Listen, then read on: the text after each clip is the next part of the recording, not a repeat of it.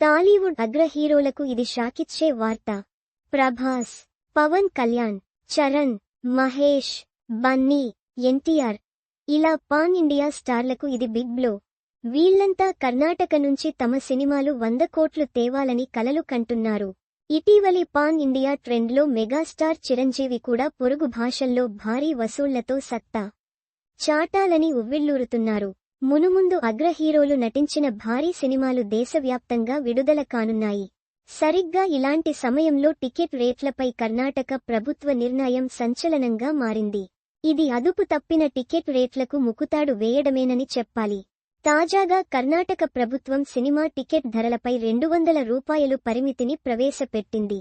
ప్రజల్ని థియేటర్లకు భారీగా రప్పించడమే దీని ఉద్దేశం అని ప్రభుత్వం చెబుతోంది.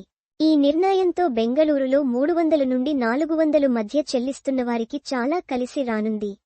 మారిన టికెట్ రేటుతో ఒక్కో టికెట్ ధరతోనే 2 టికెట్లు కొనుక్కుని కపుల్ సినిమాలు చూడొచ్చు. బెంగళూరు సహా కర్ణాటక వ్యాప్తంగా పెరుగుతున్న టికెట్ ధరలపై ఆడియన్ తిరుగుబాటు చేస్తూనే ఉన్నారు. అధిక టికెట్ ధరల గురించి చాలా కాలంగా ప్రజలు ఆందోళన వ్యక్తం చేస్తున్నారు. తాజా ప్రభుత్వ నిర్ణయంపై ప్రజలు హర్షం వ్యక్తం చేస్తున్నారు. అయితే కన్నడిగలకు ఇది మేలు చేకూర్చేదే కావచ్చు కాని పొరుగు నుంచి వస్తున్న భారీ పాన్ ఇండియా చిత్రాలకు ఇది భారీగా గండి కొట్టే చర్య. ముఖ్యంగా టాలీవుడ్ అగ్ర కథానాయకుల సినిమాలు కర్ణాటక, బెంగళూరు నుంచి భారీ వసూళ్లను తెస్తున్నాయి. కానీ ఇప్పుడు సగానికి సగం టికెట్ ధర తగ్గిపోవడంతో ఆ మేరకు ఆదాయం తగ్గిపోనుందని ఆందోళన వ్యక్తమవుతోంది. మునుముందు చిరంజీవి, విశ్వంభర, పవన్ కళ్యాణ్, హరిహర వీరమల్లు, ప్రభాస్, రాజా సాబ్, కల్కి 2, సలార్ 2 ఇవన్నీ చాలా వరకు ఆదాయాన్ని కోల్పోతాయి. 200 లోపు టికెట్ ధరలను ఖాయం చేస్తే పంపిణీ వర్గాలకు ఆదాయం తగ్గిపోతుంది.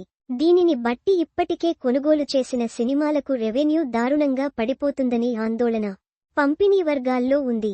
మారిన పరిస్థితుల్లో పంపిణీదారులు నిర్మాతలను కలిసి రేట్లను రివైజ్ చేయమని కోరే అవకాశం ఉంది.